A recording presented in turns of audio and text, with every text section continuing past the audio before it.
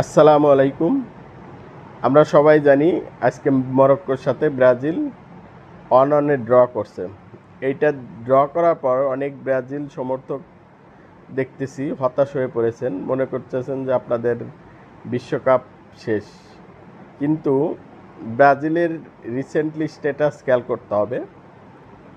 Carlo Ancelotti ব্রাজিলকে গোছানোর জন্য মাত্র ১২ ম্যাচ সময় পেয়েছে এবং যে টিম নিয়ে ব্রাজিল আজকে ওয়ার্ল্ড কাপে স্টার্টিং করছে এই টিম এই বেস্ট 11 কখনো ব্রাজিল খেলায়নি। সো আমাদের টিমের যদি কম্বিনেশন এই হয় তাহলে এই টিম দিয়ে আপনি কতটুকু আশা করতে পারেন? তাই বলে যে আপনি ওয়ার্ল্ড কাপের আশা ছেড়ে দিবেন সেটা না। কারণ এখানে কার্লো আনচেলত্তি আছে। যে ভুলগুলো আমরা করেছি এটা অবশ্যই ফাইন্ড আউট করবে। ফাউন্ড আউট করার পর হাইতি বা স্কটল্যান্ডের সাথে আমরা এই ভুলগুলোর রিকভার দেখতে পাবো। এবং আরেকটা জিনিস হচ্ছে এটা হচ্ছে কার্লো আনচেলত্তি হচ্ছে ট্যাকটিক্যাল কোচ।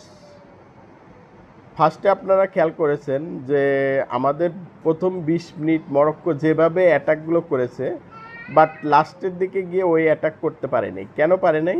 কারণ হচ্ছে এখানে কার্লো আনচেলত্তি একটা যে আমাদের হাইড্রেশন ব্রেক হয় ওই ব্রেকের সময় একটা ট্যাকটিক্স অ্যাপ্লাই করছে। ট্যাকটিক্সটা কি? ট্যাকটিক্সটা হচ্ছে প্রথমে আমরা 4-4-1 ফরমেশন নিয়ে খেলাইছি বাট যখন দেখলো যে মরক্কোর স্পিডের সাথে আমরা আগাতে পারছি না তখন ব্রাজিল যেটা করেছে ভিনিসিয়াসকে লেফট উইংয়ে ওয়াইডে খেলাইছে এবং রাফিনাকে রাইট উইংয়ে ওয়াইডে খেলাইছে, মাঝখানে পাকুয়েতাকে দেন হচ্ছে ইগোর থিয়াগোকে স্ট্রাইকিং জোনে এরকম করে একটা কাভার দেওয়ার চেষ্টা করছে। বাট এইটা মোটামুটিভাবে সাকসেস হয়েছে। তারপর এখান থেকে ভিনিসিয়াস একটা গোলও বের করছে। প্রথমে হচ্ছে রাফিনহাকে যে রোলটা দিছিল ভিনিসিয়াসের কাছাকাছি থাকবে এবং ভিনিসিয়াস থেকে বলগুলো রিসিভ করবে, কিন্তু এইখানে দেখা যায় যে আমাদের রাইট উইং একদম ফাঁকা হয়ে যাচ্ছে। এখান থেকে রাইট উইংয়ে আমাদের ডগলাস সান্তোস ওইভাবে সাপোর্ট দিতে পারছিল না, ফলে এখান থেকে ব্রাজিল যে গোলটা কনসেপ্ট করেছে এটাও কিন্তু রাইট উইং দিয়েই হয়েছে। এখানে যদিও ক্যাসিমেরোর একটা বড় ধরনের ভুল ছিল, কারণ ক্যাসিমেরো দেখতেছে যে ও এখান থেকে একটা প্লেয়ার বের হয়ে যাচ্ছে, ও তারপরেও সামনের দিকে ও মার্কিং করতেছিল। এটা ওর একটা বড় ধরনের ভুল। যাই হোক, ওইটা বাদ দিলাম।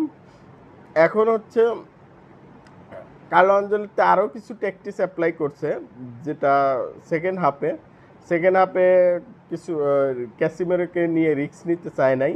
ক্যাসিমেরোর আজকে আমাদের ম্যাচটা এত ডিজিস্টার পারফরমেন্সের মূল কারণ হচ্ছে ক্যাসিমেরো। কারণ হচ্ছে আমাদের এমনিতে মিডফিল্ড নাই।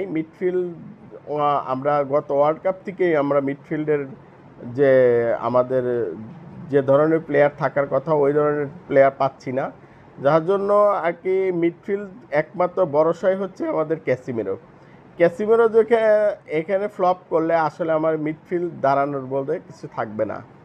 সো দেখা যাক ক্যাসিমেরোকে কতটুকু কীভাবে করা যায়, নেক্সট ম্যাচগুলো কীভাবে ক্যাসিমেরো কামব্যাক দেয়। তারপর ইন্ডিভিজুয়াল প্লেয়ারের কথা যদি বলি, ভিনিসিয়াসকে নিয়ে অনেক কমপ্লেন ছিল যে ভিনিসিয়াস আসলে রিয়াল মাদ্রিদে ভালো খেলে, ব্রাজিল টিমে কখনো ভালো খেলতে পারে না। লাস্ট কার্লো আনচেলত্তি আসার পরে ভিনিসিয়াসকে আমরা আগের ভিনিসিয়াস, রিয়াল মাদ্রিদের ভিনিসিয়াস হিসেবে খুঁজে পাচ্ছি। এইটাই ভিনিসিয়াসকে ফর্মে ফেরা আমাদের জন্য অনেক একটা ভাগ্যের ব্যাপার। দেখা যাক নেক্সট ম্যাচগুলো। আমরা ভাই প্লেয়ারের ওপর ভরসা করতে চাই না, আমি কার্লো আনচেলত্তির ওপর ভরসা করতে চাই।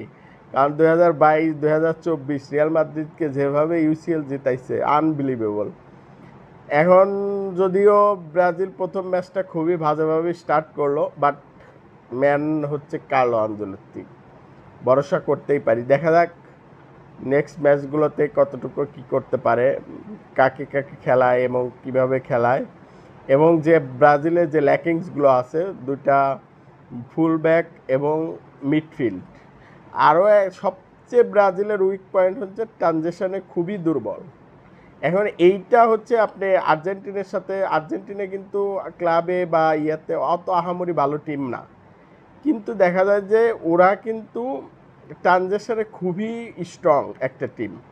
কারণটা হচ্ছে ওদের, ওরা হচ্ছে লাস্ট 6 বছর যাবৎ একই টিম নিয়ে খেলতেছে। সো একজনের দেখা যায় যে আই কন্ট্যাক্টও ওরা বুঝতে পারে। সেক্ষেত্রে ওদের কখন কাকে কোন রোল প্লে করতে হবে, কোন পজিশনে যেতে হবে, এইটা ওদের টোটালি মুখস্থ। যার জন্য আসলে ওদের এইগুলোতে সমস্যা হয় না। কিন্তু ব্রাজিল মাত্র পেয়েছে 12টা ম্যাচ।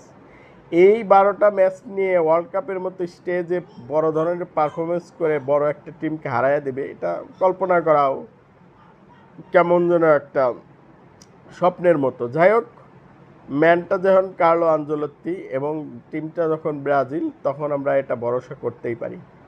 দেখা যাক নেক্সট ম্যাচগুলো ব্রাজিল কতটুকু ভালো করতে পারে। আল্লাহ হাফিজ।